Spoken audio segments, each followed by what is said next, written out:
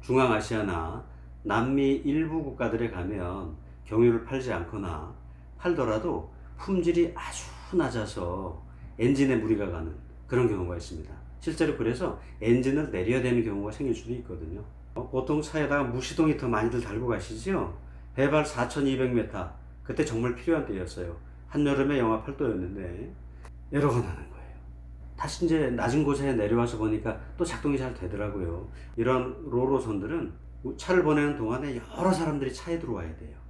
그렇기 때문에 차 안에 있는 물건들, 뭐 어떤 분은 그런 말씀 하시더라고요. 내 물건이 아니다라고 보아야 한다.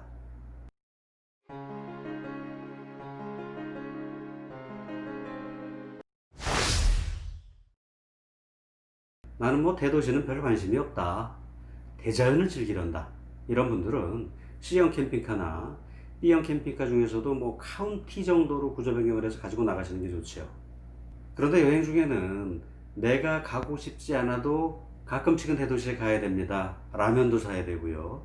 머리도 좀 깎아야 되고요. 뭐 그런 일들이 생깁니다. 이때 도심에 들어가면 좀 불편하기는 해요. 도심에서 큰 차와 같이 숙박할 수 있는 숙소를 구하는 게 그렇게 쉽지는 않거든요. 그럼에도 불구하고 대형 캠핑카를 쓰시더라도 가끔씩은 도시에 가서 아파트 같은 걸 빌려서 며칠씩 지내보시기를 권합니다. 빨래도 좀 여유 있게 하고, 그래도 바에 가서 술도 한 잔씩 하고, 오페라도 한 번씩은 보고, 뭐 그런 것도 좋잖아요.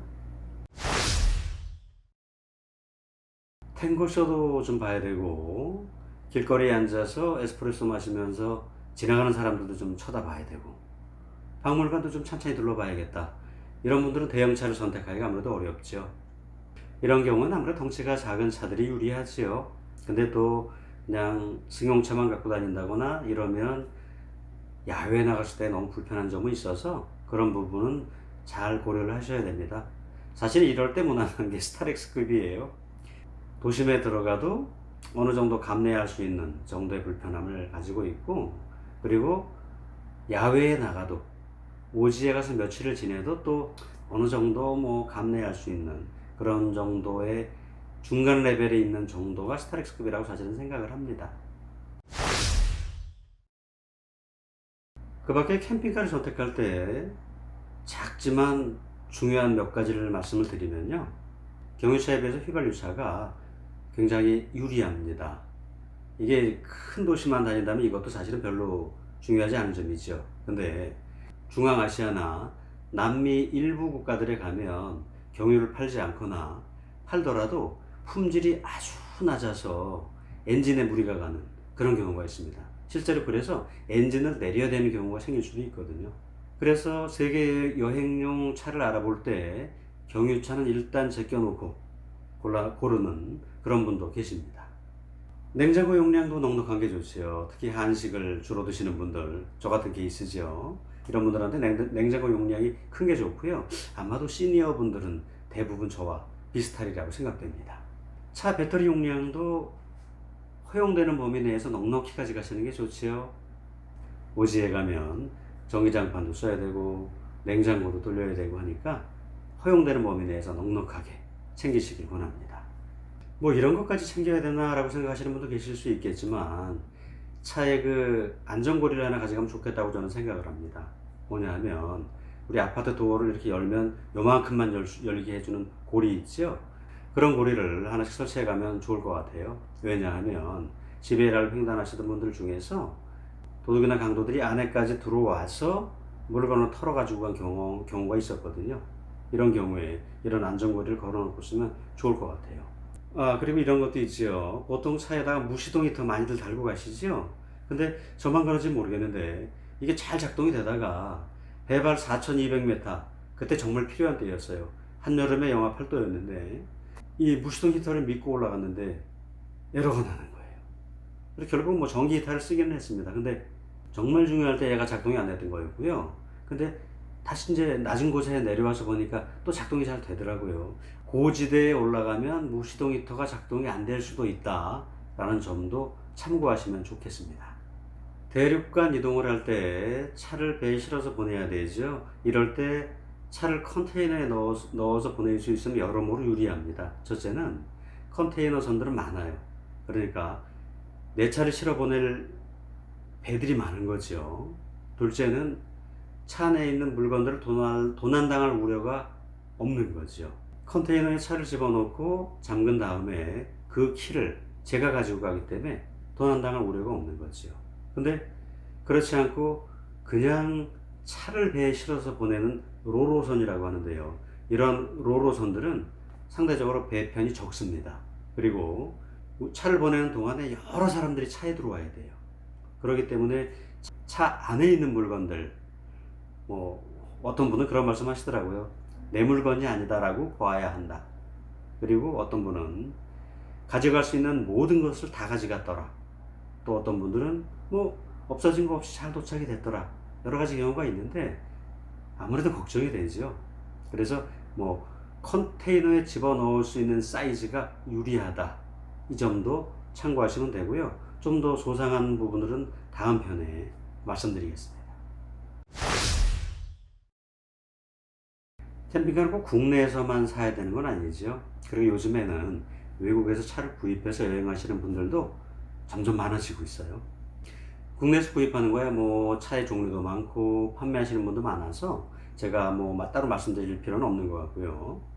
다만 한 가지 제가 이것도 해보고 싶었는데 못했던 거 한 가지는 차를 제가 직접 한번 개조를 해봤으면 싶은데 이제 시간이 없어서 못했지요. 이것도 언젠가 기회가 되면 한번 해보고 싶습니다. 이게 또 왜 중요하냐 하면 미국에서 길게 여행을 하다 보면 어디선가 문제가 생겨요. 근데 내가 설치한 거라면 내가 수리하는 것도 좋지요. 이런 분도 계시지요. 외국 나가기 전에 자동차 정비를 좀 배워갖고 나가겠다 이렇게 생각하시는 분도 계신데 비추입니다. 잠깐 배워서 될 일도 아니고요. 자동차 정비에 필요한 모든 장비를 다 가지고 나갈 수도 어차피 없어요. 그리고 외국에 현대 기아차 수리할 수 있는 곳 많고요. 그 이외의 자동차들도 수리할 곳들 많습니다. 자동차 정비 배울 시간에 현지어를 배워서 나가시는 게 훨씬 좋다고 생각해요. 외국에서 캠핑카를 구입할 때 제가 생각하는 문제점은 뭐가 있냐면 한국 사람들의 필요에 맞춰서 가려운 데를 딱 긁으면서 제공해주는 그런 게 잘 없는 것 같아요. 뭐냐면 외국 사람들은 전기가 제공이 되는 캠핑장에 들어가는 걸 기본으로 생각을 하고 차를 만들어요. 그래서 전기 용량이 의외로 넉넉하지 않습니다. 근데 우리나라 사람들은 뭐 400A, 500A 이렇게 가지고 가길 원하잖아요. 더군다나 오지를 간다거나 하면 더 많이 필요할 수도 있는데 외국 캠핑카들이 대체로 전기 용량이 작습니다. 그리고 아기자기한 한국 사람들의 그런 여러 가지 요구를 맞추지는 못하는 것 같아요. 여기서 외국에서 차를 구입해서 여행하신 분 몇 분을 소개해 드릴 테니까 그분들 블로그나 사이트에 들어가서 한번 보시면 많은 도움이 되실 겁니다. 미국에서 벤 스타일의 B형 캠핑카를 구입해서 미주 대륙을 돌고 뭐 북쪽의 알래스카에서부터 남쪽의 우수아이아까지 제가 생각했던 그 코스를 다 돌고 오신 분인데요. 그 블로그에 자동차 구입이라든가 각각의 여행했던 곳에 대한 안내가 소상하게 나와 있으니까 크게 도움이 되실 겁니다. 차량 구입이 좀 더 쉬운 캐나다에서 SUV를 구입하고 루프탑 텐트를 설치를 하고 기가 막힐 정도로 차량을 세팅한 LIMK라는 분의 블로그도 소개해 드리고요. 사실은 그때 저도 캐나다에서 차를 좀 사서 내려와 볼까 이렇게 생각을 하고 제가 찾아봤던 우리로 따지면 교차로라고 할 만한 그런 캐나다의 키지지라는 사이트 소개를 해 드릴 테니까 들어가서 한번 중고차 한번 찾아보세요. 이렇게 감이 좀 잡히실 겁니다. 남미에서는 외국인들이 자동차를 구입하는 것이 불가능하다라고 알고 있었거든요. 그 이유가 뭐냐면 우리나라의 주민등록번호 같은 현지 그 주민등록 코드가 필요한데 그게 없으면 차를 살 수 없는 거였죠. 근데 남미 여행을 하면서 보니까 많은 외국인들이 칠레에서 차를 사서 여행을 하고 여행이 끝나면 다시 칠레에서 차를 팔고 그리고 나가는 분들도 계시더라고요. 그래서 알아보니까 이런 걸 대행해서 칠레의 등록번호를 만들어주고 차를 사는 것도 도와주는 그런 사이트가 있어요. 그래서 이 사이트의 주소도 같이 올려드립니다. 그런데 아마도 칠레의 이 사이트를 이용해 본 한국분은 아마도 안 계신 걸로 알고 있고요. 그리고 이 사이트가 칠레 공신력 있는 기관에서 하는 건 아니기 때문에 잘 살펴보시고 신중하게 접근하시는 게 좋겠습니다. 그리고 제가 해본 건 아니지만 미국이나 캐나다에서 차를 사면 차를 산 것과 마찬가지로 여행이 끝난 다음에 다시 팔고 나올 수가 있다고 합니다. 이게 어떤 점에서 좋냐 하면 한국에서 현지까지 차를 가지고 가지 않아도 된다. 여행이 끝난 다음에 현지에서 한국까지 차를 가지고 오지 않아도 된다. 그러니까 운송비가 상당히 절약이 되는 거죠. 저 같은 경우는 한국에서 칠레까지 차를 가지고 가는데 총 비용이 500만 원 정도 들었거든요. 물론 이 비용은 그 때마다 달라집니다. 근데 산술적으로 생각해 보면 왕복 1000만 원이 들어가는 거죠. 굉장히 작지 않은 비용입니다. 고려해 볼 만한 거죠. 어떠신가요? 지금까지 제가 말씀드린 것들이 캠핑카를 선택하시는데 어느 정도 도움이 되실까요? 어차피 제가 여러분들에게 어떤 결론을 내드릴 수는 없어요. 여러분들이 선택을 하셔야 되는 거고요.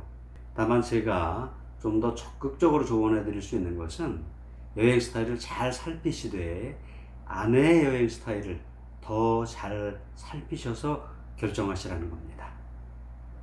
끝까지 봐주셔서 고맙습니다. 다음 편에도 캠핑카 세계 여행에 필요한 정보를 가지고 인사드리겠습니다.